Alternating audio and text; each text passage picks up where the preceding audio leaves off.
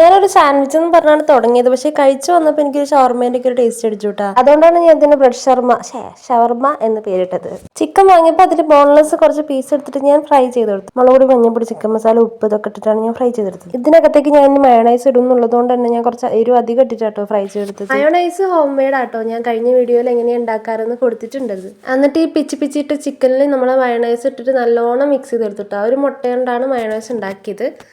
ഒരു മുട്ട കൊണ്ട് ഉണ്ടാക്കിയ കംപ്ലീറ്റ് മയോണൈസ് ഇതിനകത്ത് മിക്സ് ചെയ്തിട്ടുണ്ട്. ഞാൻ മിക്സ് ചെയ്ത് വെച്ച സംഭവം കൊള്ളാം. മയോണൈസിൽ ഞാനൊരു തുള്ളി, ഒരു പൊടിക്ക് മധുരം കൂടിയിട്ടുണ്ട്.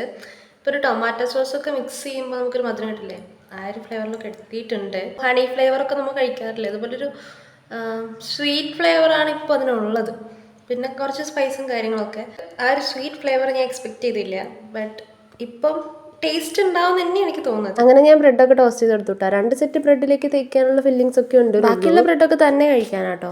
2 സെറ്റ് ബ്രെഡിലേക്ക് അത്യാവശ്യം നല്ല ഫില്ലിങ് തന്നെ ഉണ്ടായിരുന്നു കേട്ടോ. കാരണം ഞാൻ എക്സ്ട്രാ ഉണ്ടാക്കിയ ബ്രെഡ് പിന്നെ കഴിക്കാൻ പറ്റില്ല, അത്രയ്ക്കും ഹെവി ഫില്ലിംഗ് ആയിരുന്നു ഇത്. ശരിക്കും പറഞ്ഞാൽ നല്ല ടേസ്റ്റിംഗ് ഉണ്ടായിരുന്നു കേട്ടോ. സ്പൈസും സ്വീറ്റും എല്ലാം കൂടെ ഉള്ളൊരു ടേസ്റ്റ് ആയിരുന്നു. ഒരു നേരത്തേക്കൊക്കെ വയറ് നിറയാതെ ഒരൊറ്റൊന്നും മതി കേട്ടോ. നല്ല ഹെവി ഫില്ലിംഗ് ആണ്. എന്റെ ബ്രദർ തൊട്ടപ്പുറത്ത് തന്നെ ഇരിക്കുന്നുണ്ടായിരുന്നു കേട്ടോ. ഞാൻ അപ്പോൾ ഓന്റെ റിയാക്ഷൻ കൂടി ഇങ്ങ് എടുത്തു. Come let's see whether he likes it or not.